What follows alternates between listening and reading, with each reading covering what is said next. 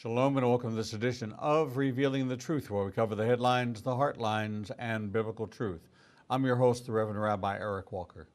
For 60 years, the faith-based ministry of Teen Challenge has been bringing hope to those bound by drug and life-controlling addictions.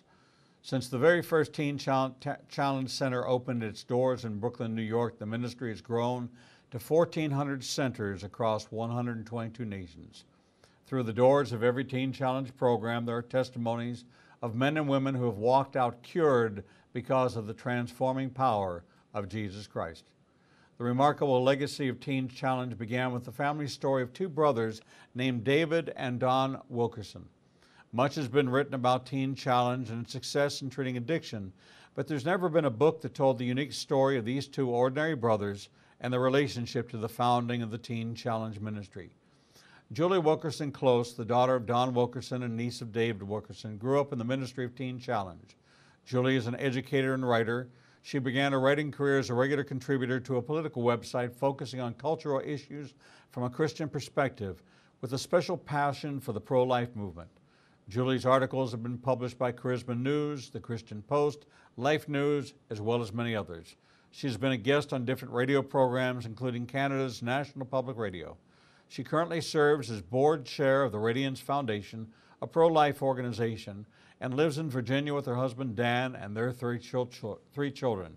You can find out more about her at julieklose, KLOSE.com. And here to discuss her book and the story of David and his brother Don Wilkerson and the birth of Teen Challenge in her new book, Giving Hope an Address, is our next guest, Julie Wilkerson Klose. Julie, welcome to Revealing the Truth. Oh, thank you for having me. Well, we are delighted to have you. This is a wonderful ministry, and I have a personal connection. Although I was not in New York, I wasn't a drug addict, with the product of Teen Challenge, and that was David and Karen Davis, who received their training there in New York before moving to Haifa and founding the first recovery center in Israel that was in northern Israel, and it's now grown to become a large recovery center. There are many of them, but it was on the foundational principles that they learned at Teen Challenge under the tutelage of David Wilkerson. So this is quite an amazing story, but what was it like for you growing up in this world of a father who was directly involved with his brother in the building of this vision and watching it unfold in front of your young teenage eyes? Well, you know, I have to say, I think I took it for granted, and it wasn't until I had my own children that I realized what a unique upbringing I had, because I realized I have three children and they didn't get to experience the things I got to experience. And one of, various things, being raised in the ministry like Teen Challenge, where street evangelism is involved, and also just hearing the transforming testimonies of these men and women that were part of the program that I grew up and around in, and your churches today, you don't typically hear a lot of those powerful testimonies on a daily basis, and so I just realized I did take it for granted, and I realized how unique it was for me to experience.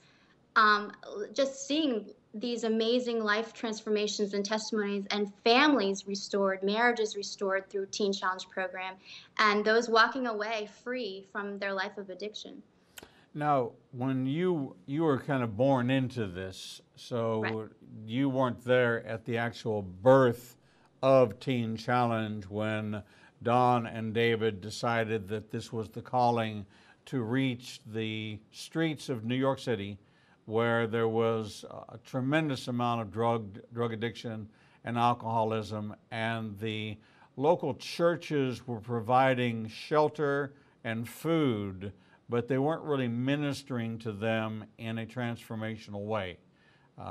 This was their vision, was to fill the gap Right. between what the traditional church structure had created, which were programs and events and food pantries and soup kitchens and programs like that, but there wasn't really any mentoring and discipling and bringing them in to an environment that was going to radically change, because it was so easy to fall back on. It was so available during the time in which they birthed this. What were the years of its birth?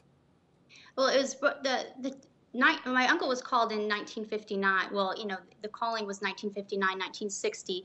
The program itself wasn't the first Teen Challenge program, which is on the cover of my book, which is 416 Clinton Avenue, and it's still a program, men's program, home today. It was 1961 that it opened its doors, but it wasn't actually for those with drug addictions until about 1962, because it really was just a place of almost really to house people to minister on the street. So kids from Bible college would come and to go out and to just minister on the street. So 1962 was typically when it really became a drug rehabilitation program.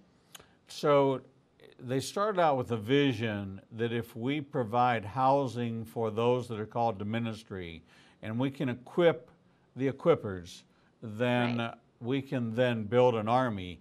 And by having a mentoring relationship with those that are called to minister and to evangelism, that we can have Don and David have a direct impact on the lives of these young people, help guide them, lead them, and direct them.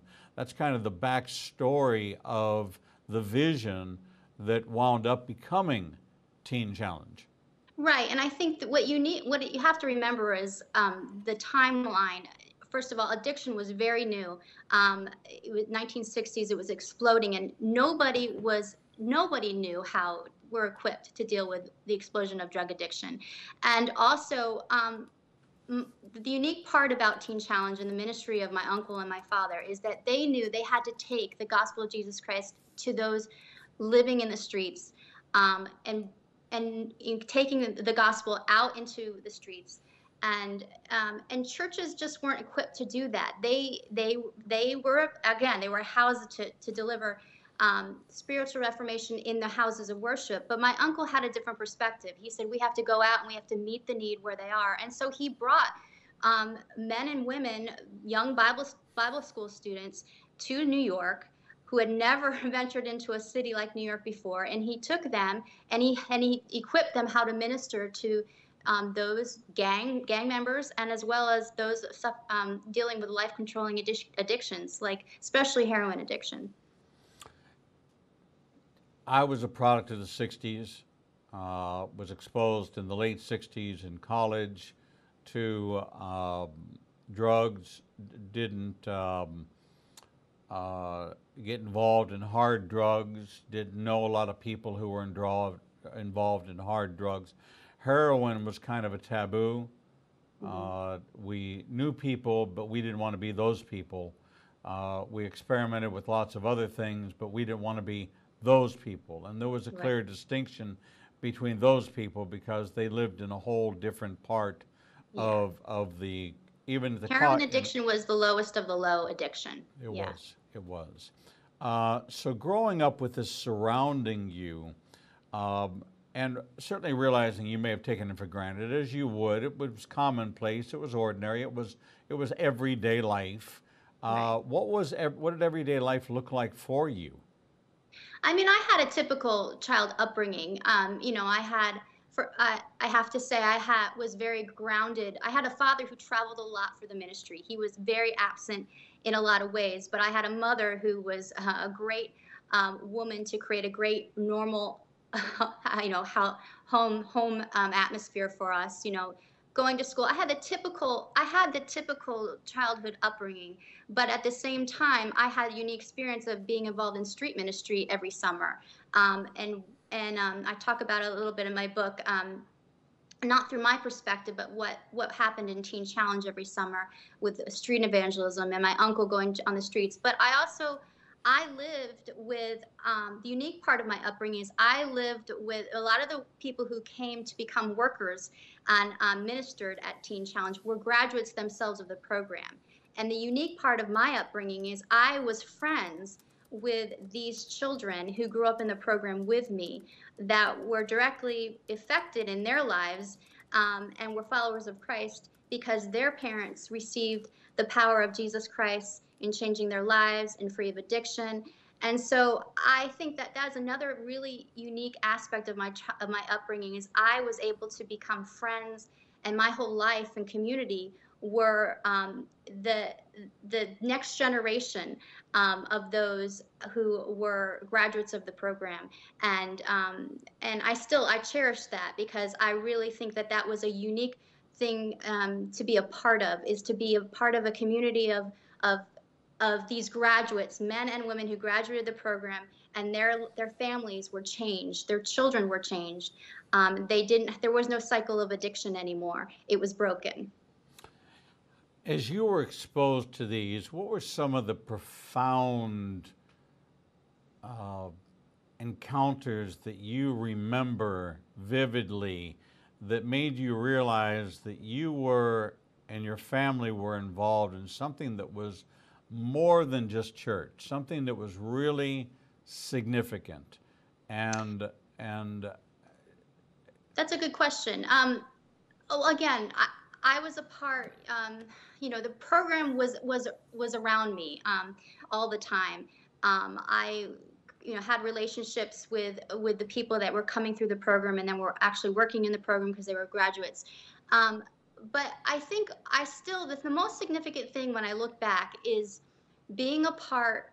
By the time I came along, I lived outside of New York City, and I lived in a second phase of the program called Camp Lake Champion, and it was an hour away from New York City. But we would go back to Brooklyn Teen Challenge in the summers, and I would be a part of their street rallies that they had. And my uncle, removed from Teen Challenge at the time with his own ministry called World Challenge and was an evangelist, he would come back to Brooklyn and he would preach at these street rallies. And I think that I can't it's really hard to describe, and I described it in my book a little bit, but to be there as a young girl in the project of New York City, and basically church is happening in these projects, in some of the worst parts of New York City, and I was there and I witnessed, um, you know basically they're having church on the street. And I think that to recall that atmosphere of watching people come, this makeshift platform, which was the church platform, and some of them just falling on their knees and crying out to God and realizing their need for a savior, and women crying, and just the unique aspect of just having church on the streets of New York City. That is one part of the Teen Challenge ministry that will always stay with me probably for the rest of my life, because we don't witness those type of things so much more in the Christian world. And I'm so grateful for those experiences. as you look at how Teen Challenge was framed, we have a lot of ministries that will take people through a program, but then when do they get connected to a church? Or was there the church that David Wilkerson found that wound up becoming the feeding ground and the place where they could stay connected with the message and build a church community? Well, I can't speak to every Teen Challenge program, but I know most Teen Challenge programs either are connected to some kind of church or that has come out of the program. I know, like Long Island Teen Challenge, they have a church that's connected to the program, and so but the mindset of Teen Challenge is life transformation, and to always connect people out into the Christian community and to be connected. I mean, the whole program is centered around chapel time and prayer.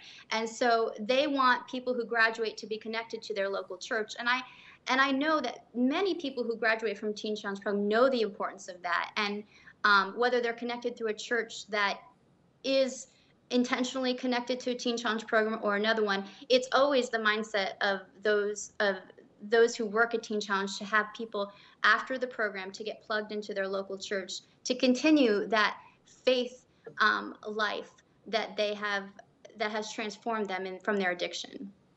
Julie, have things gotten better? Have things gotten worse? Is there a new generation coming up that it's time for this story to be told about the history of Teen Challenge, to make people aware that these programs exist in their communities and that there are, with this opioid crisis, with this increase of drug use, with the availability of drugs being more prevalent than it's ever been before, what is the significant message or underlying reason that you wanted to share this book now? Well, the opioid crisis does come to mind. And first of all, within the 60 years that Teen Challenge was established, drug addiction has changed drastically. And why it was at that time, it was typically an inner city problem. We know it's not an inner city problem anymore. It reaches all demographics. It reaches every community. It reaches, the young and the old. And so, yes, it was very much time to retell this story. And in light of the fact that Teen Challenge is still a successful program. It's funny because in the back of my book I say 122 countries, but it's changed. It's now 125 countries. So it's always changing. It's still growing. And I just thought it was time, in the light of the opioid crisis and hearing how it seems like everybody's touched with opioid addiction in some way, whether they know somebody or they've heard of someone who has overdosed. And I just wanted to retell this story because I think it's very important that people understand that the faith-based response to addiction works. And the drug recovery has changed so much, and it's grown even in the secular world. But I want to take people back to the spiritual problem of addiction, which is what Teen Challenge does. It gets to the root of addiction, which is the spiritual problem that many secular programs don't do. And I think it was just time to tell a unique family story, but just to put in the minds of people this program that is still changing lives and reaching those with addictions. Are there any stories that pop out in your mind, encounters that you had, or conversations around the family table that really stand out to you, where you could see, feel, and understand that this vision was something that was going to, here we are 60 years later. It has endured the test of time, expanded and grown, which is always the test we look for. Has it been lasting, enduring, and effective? And in this case, it has been lasting, enduring, and effective. And of course, David is no longer with us. Is your father still alive? Yep, he's still alive and going strong and still president of Brooklyn Teen Challenge. Okay. So we know that there were some great messages left behind, great sermons, great teachings left behind by David. Your father is also the author of a number of books, but you are the product of Teen Challenge without having been an addict. Right. You are the product of Teen Challenge without having to have gone through all of the trials and tribulations of addiction, but yet you have been through every step of the process. You have participated in every step of the process. How, as a non-addict, and I want to make sure that the audience that we're talking to, which are the non-addicts, the addicts right now on the street, the addicts are not tuned in to this program looking for the answer of Teen Challenge. They're going to find it through an evangelical outreach. But to those that are out there that have not experienced what you've experienced, maybe you can help us understand how a family can get involved in getting help for their troubled or their addicted husband, their addicted youth. Is this age specific? We call it Teen Challenge, but is there an age limit on it? What is the framework in which this program works? Well, and they no longer call it Teen Challenge. It's Adult and Teen Challenge, and they've changed the name several years ago to because it's so changed. And it changed. It was, in the book I talk about why it had the name Teen Challenge, and really it was because it was for teens at the time, and my uncle was called for the gangs, the teenage gangs, and then it transformed. And so they call it Adult and Teen Challenge. But to answer your question, I know personally people who are struggling with addiction, and I know I've heard it say, I don't want to go to somewhere where they offer faith, where faith is they offer that's the cure. And I struggle to when I hear that, because I know what the faith response does. I witnessed it growing up. I witnessed how it does change. And there has to be, I really think someone really needs to get to that point in their life that they know that their addiction is more than just a mind control. It's a spiritual thing in their life that they need to be changed. And so I would encourage family members there's also things, there's programs besides Teen Challenge. There's Celebrate Recovery that comes out of the churches, and so anything that's related to the faith-based response, I think, is going to be an effective thing. But I encourage people there to go to the National Teen Challenge in this country, and there's Global Teen Challenge. There's 2 websites that offer where these programs are. I'm connected to Brooklyn Teen Challenge, the original program.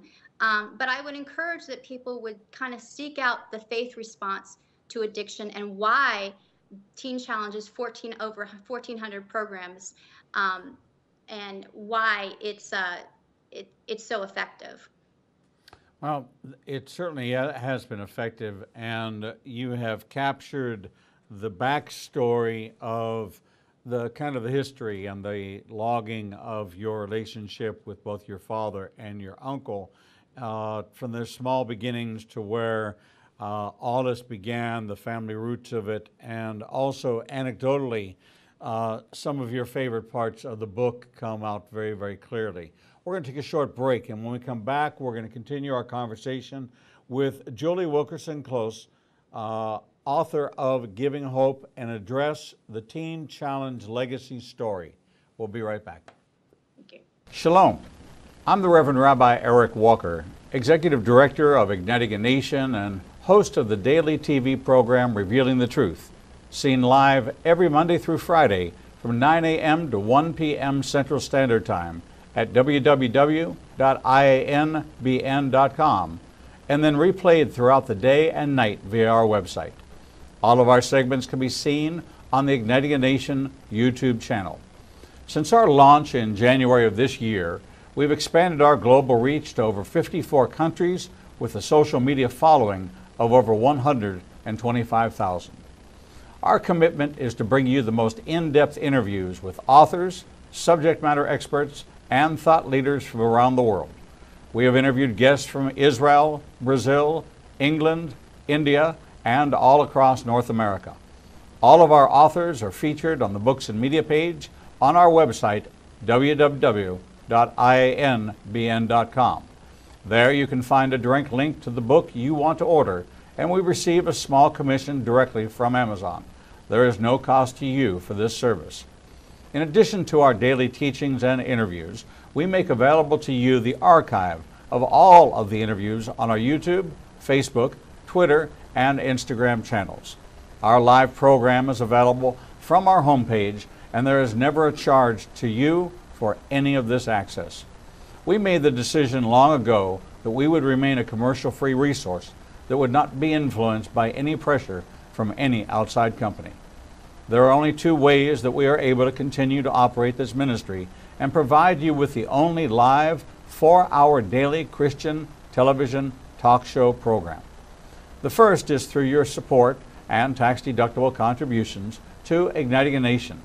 These can be made directly through the donate button on the website or sent through the mail to Igniting a Nation, 2700 Corporate Drive, Suite 120, Birmingham, Alabama, 35242.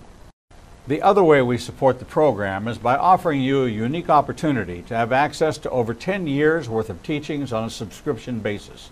The teaching archives contains all of my prior sermons, Torah studies, prophecy in the news videos, and much more for the low subscription price of $5 per month. This subscription grants you unlimited access to over 800 hours of content not available elsewhere, and is updated weekly with the most current prophecy classes. In addition to 20 hours of original TV programming each weekday, We invite you to join us live every Monday, Tuesday, and Thursday evenings for our Prophecy in the News classes. The times and locations are listed on our events page on the website www.ianbn.com. Every day, you and I are faced with the challenge of where we will go to hear the truth. We are committed to bring you the only program of its kind that covers the headlines, the heartlines, and biblical truth. We cannot do this without your support. Since we launched on January 5th, 2017, we have aired over 300 individual teachings, interviews, and commentaries not available anywhere else. We are now working side by side with almost every major Christian publishing house to bring you the most in-depth feature interviews possible. Our one-hour features address every subject that affects the believer's life. We are hearing of salvations from the Middle East, Africa, and all across the United States. Lives are being changed every day, and we have only just begun. Our mission is to become your trusted resource and grant you access to the people, tools, and information you need to grow in your relationship with the Lord. You can help us by liking us on social media and through your financial support. We know you have many choices in who you support, but we are prayerfully asking you to consider helping us keep revealing the truth, true to our calling, to cover the headlines, the heartlines, and biblical truth like no other program available. Donate today and help us bring the message to the four corners of the earth. Visit www.ianbn.com and donate, buy a book, or subscribe to our teaching archives. Without you, we do not exist. Shalom and welcome back to this edition of Revealing the Truth, where we cover the headlines, the heartlines, and biblical truth. I'm your host, the Reverend Rabbi Eric Walker, and we're talking with Julie Wilkerson Klose, author of the newly released book, Giving Hope and Address, The Teen Challenge Legacy Story. Julie, welcome back to the program. Thank you. Julie, was this a fun project for you to put together?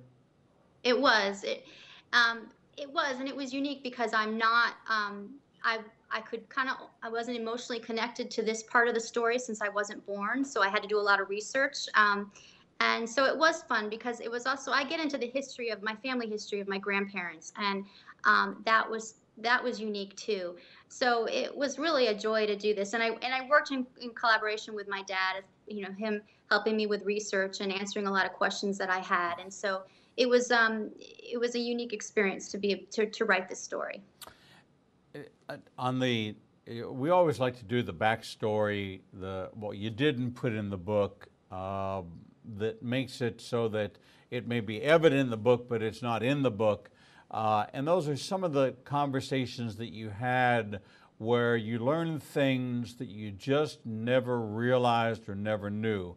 And I think when we opened, you said, you kind of took all this for granted. And this was kind of a shaking for you, saying, whoa, this is something that's really had an impact for 60 years.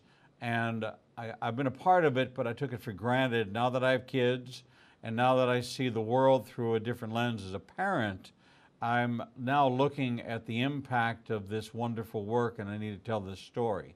So as you sat across from your dad, and as you did the research in the background, what were some of the things that were most fascinating to you about this story? How ill-equipped these two brothers were to do what God led them to do. How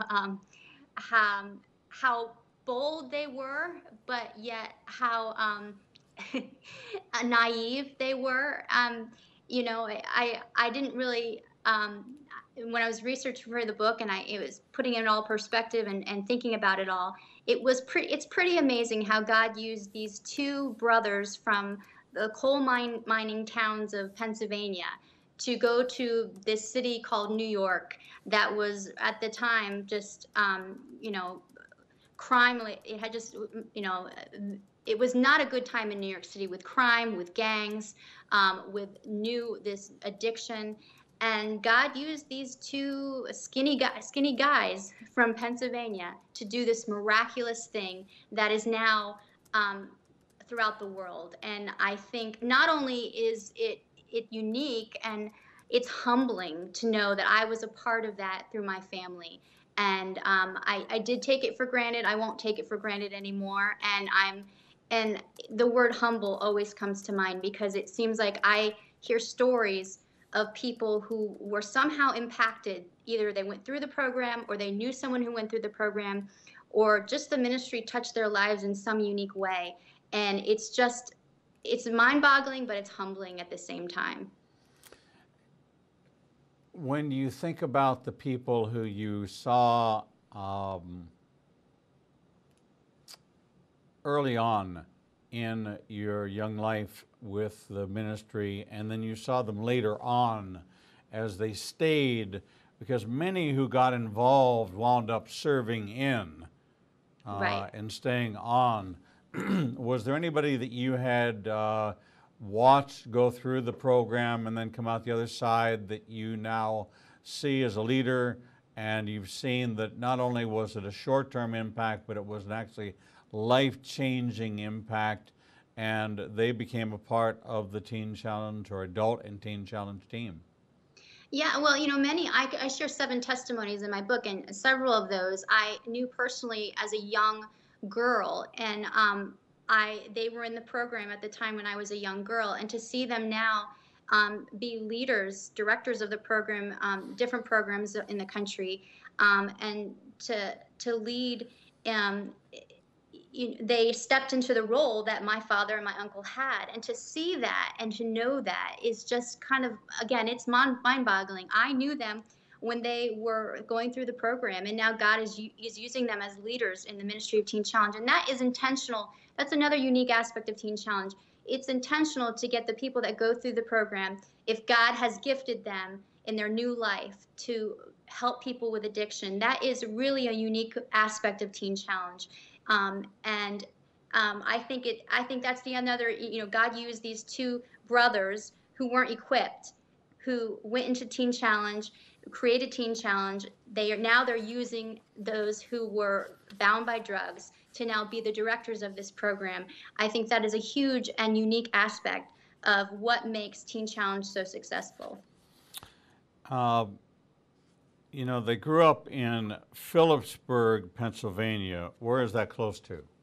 Well, Phillipsburg, Pennsylvania was actually, they grew up in different, Turtle Creek, and then my father lived in Scranton. Phillipsburg was where my uncle had his church before he was called to New York City. So that's where he was a pastor at the time. But they grew up in Turtle Creek, which is out near Pittsburgh, and then later on, my grandfather was called to Scranton, Pennsylvania, which of course is eastern Pennsylvania. Right. And that's where my father as a teenager, he lived, and my grandfather pastored. So I grew up in Pittsburgh. Okay. So it's kind of a warm personal story to me as well, to see a Pittsburgh native, Pittsburgh area native Right. Go through. You give 7 different testimonies in the book, and they are the product of not only Teen Challenge, but of the book, The Cross and the Switchblade, which was the best-selling book that David wrote, and still a bestseller today, and still in use today. But your father also has written a number of books about Teen Challenge. Right. Where might we find some of the resource material about Teen Challenge? Well, his books are on Amazon, or you can Google it. He can also Brooklyn Teen Challenge. They can go there. He has had a number. He actually just recently published a study Bible called the Challenge Study Bible, and it's a study Bible for those with life controlling problems and addictions. And so he's used his years experience of being a director of Teen Challenge program. And that is out right now through Bridge Logos, my publisher, and it can be found on Amazon or Barnes & Noble and christianbooks.com. Understood. Of the 7 testimonies you give, maybe you can take us through one of them and kind of walk us all the way through so that we can see the process, how it unfolded. It's kind of hard to pick one, but I think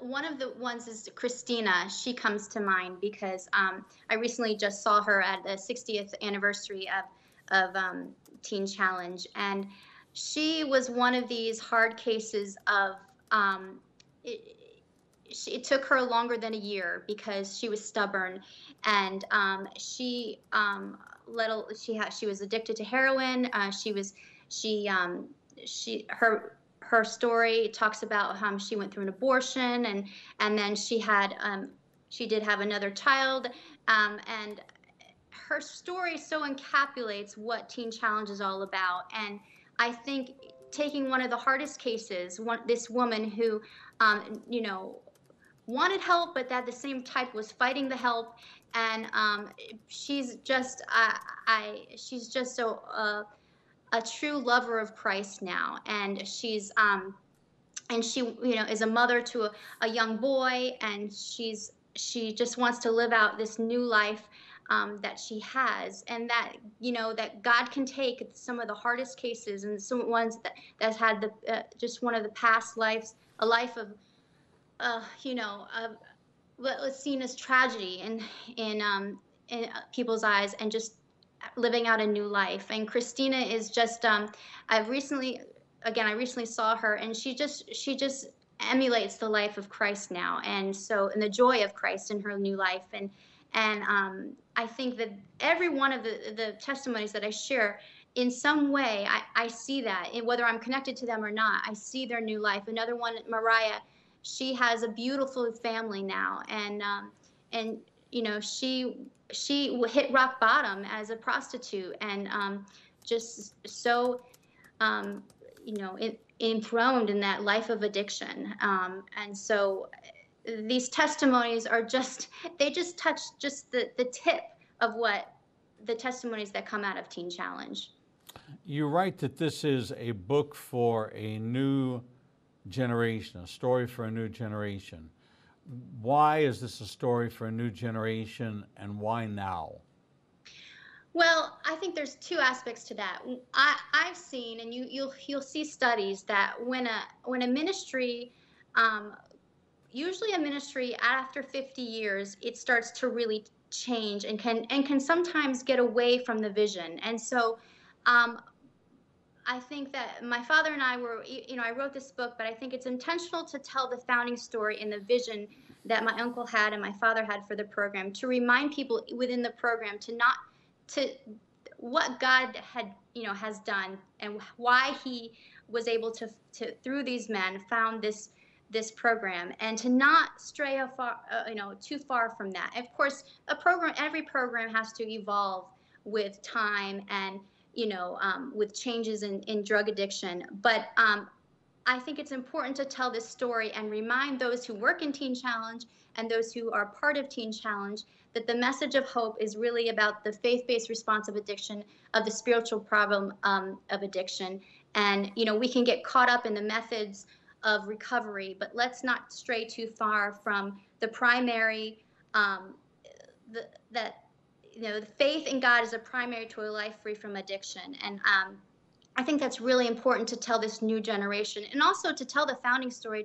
We find that people who are going through Teen Challenge have no understanding of the beginning of the program. And I come across people every day who go, "Oh, I know Teen Challenge," and they're only talking about the one in their state, but they have no idea of the story of my uncle, of the Cross of the Switchblade, and they know of the ministry, but they don't know of the founding and what was unique to this program. So I just think after, well after 50 years, it's time to retell this story, and to tell it in a way that kind of also gives people an understanding that this is more than just these two men. This is a story of years of pioneers, of people all around the world who had a burden to reach those lost in addiction and start a ministry called Teen Challenge, or Adult and Teen Challenge, in this country and all around the world. And God has just burdened people to start programs,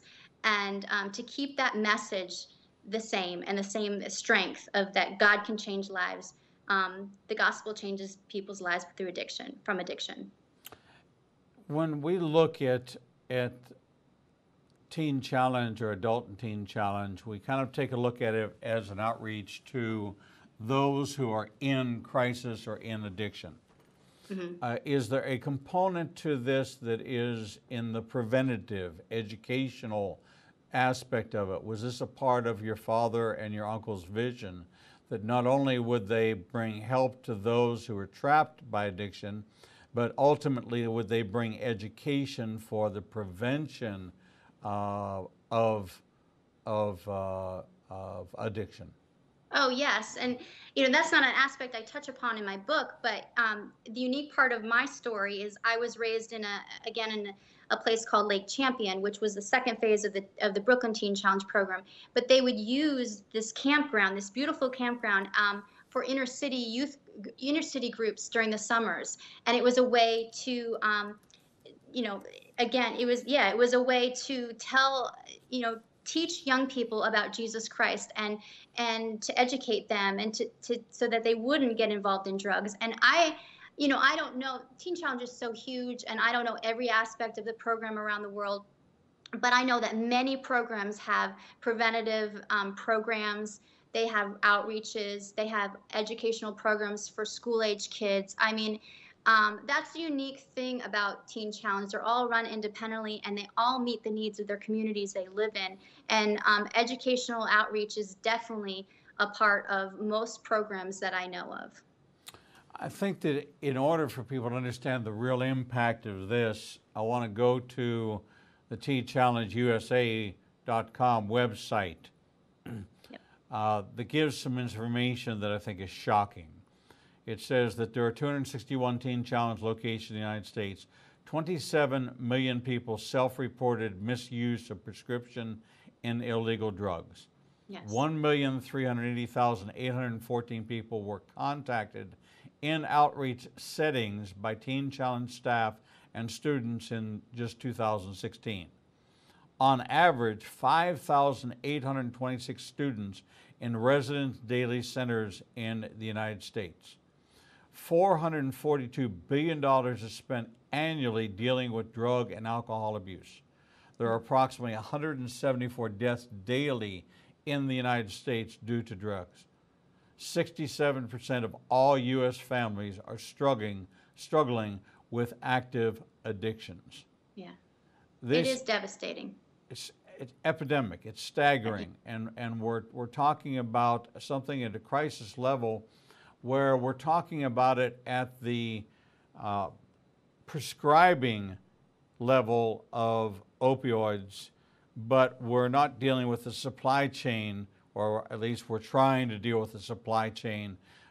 These are people who have exhausted the prescription drug route, or are going to pill mills, or buying their drugs on the street. And the drugs on the street are not of a quality that are safe.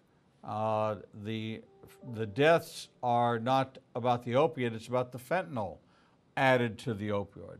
Right. It is this step-on ingredient that is proving to be fatal. Yesterday was the second anniversary of the death of my daughter's fiance, who had gone through a recovery program and was clean and sober for 6 months, and was approached by an old friend that said, what could hurt one more time? And that one more time killed him. Yeah, that's tragic. And so this is a lifelong program, and Teen Challenge, Adult and Teen Challenge, is equipped to sustainable, long-term impact into connecting people with not only the problem, but the solutions and ways to avoid some of the traps that are set out there. The runaway population is a concern. The human trafficking population is a concern. And I know that it is sometimes difficult to get people out of the lifestyle because they're entrenched in it and they don't think that there's anything on the other side. Part of the message of Teen Challenge is what waits for you on the other side of addiction. Right. Can you share with us that message? Well, yeah, it's unique because Teen Challenge really deals with the heart of addiction and not just the mind. Whereas secular programs will typically deal with the mind control of addiction, and Teen Challenge gets with the heart. And it is a lifetime recovery. And I think the one aspect of Teen Challenge which is so unique is that it's a place of refuge for so many people. It's a home. I hear people saying, I'm going back home, and they mean Teen Challenge. And because they didn't have a home life, many of them didn't have a home life, um, you know, that that really taught the fundamentals of how to not um, go into use drugs for as in their lives. And so I think to answer your story, it's very hard to Teen Challenge meets the needs for a lot of people, but every story is different. And every unique experience is different. And people come and people are, um, they, they're trapped in addictions for different reasons. But the message of Teen Challenge is always the same. It is you can, it is not a disease. You are not going to be trapped in this world of addiction, um, because Jesus Christ can free you for a lifetime. And it's because of the power of Jesus Christ and people in the program showing them how to walk that life, that continual life of recovery. It's in on the website. It talks about the next 5 years. Mhm. The first year, increase and expand financial resources platform to enhance long-term viability at all Teen Challenge corporations. Two, student curriculum, innovate and integrate curriculum for residential and online learning. Three, student management. Four, staff training. Five, training facility. Six, living free. And then the end is prevention programming, impact to reduce teen use of chemicals and alcohol by updating and expanding the scope of Stay Sharp prevention training. So it is an all-encompassing solution, and that is why it has sustained the 60 years Right. of impact that it has. What legacy do you want left? What part do you want to play in for your children in telling the Wilkerson story, the story of Teen Challenge, who their roots are, who their family, who their uncle, their great uncle, and who their grandfather is and continues to be, and who is the audience that you really want to make sure gets a hold of this book? Because you wrote this to not only chronicle the legacy of the family, but you want to put it in the hands of certain people that you had in mind when you were writing it. Well, to answer your last question, I really wanted to put it in the hands I had when I was writing this book. I said I wanted it to two people audience: those who didn't know of Teen Challenge, to tell the story. To it's for a new generation, and I wanted to tell the story in a way that was more modern day, and let people know about this program. And this ministry. And my other audience was I wanted people to be able to read this book and just be inspired in the gifting and calling that God has given them, giving hope and address wherever God has called them, and to step out in faith like these two brothers. And I think that's the unique part about being a Christian and being a follower of Christ is He does gift us. If He doesn't gift us in ministry, wherever we're called, whether we're a business person or whether we're a stay-at-home mom or whatever we do, we are called to not leave this world the way we found it and to give hope and address. And that hope is the power of Jesus Christ.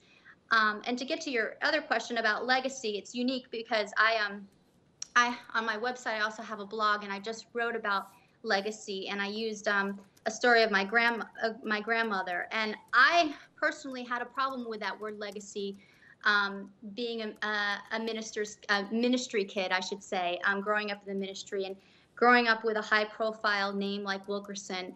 I struggled with that a little bit, and God taught me through this book, and even before the book, that legacy is about the gospel. It's not about your heritage, it's not about your family name.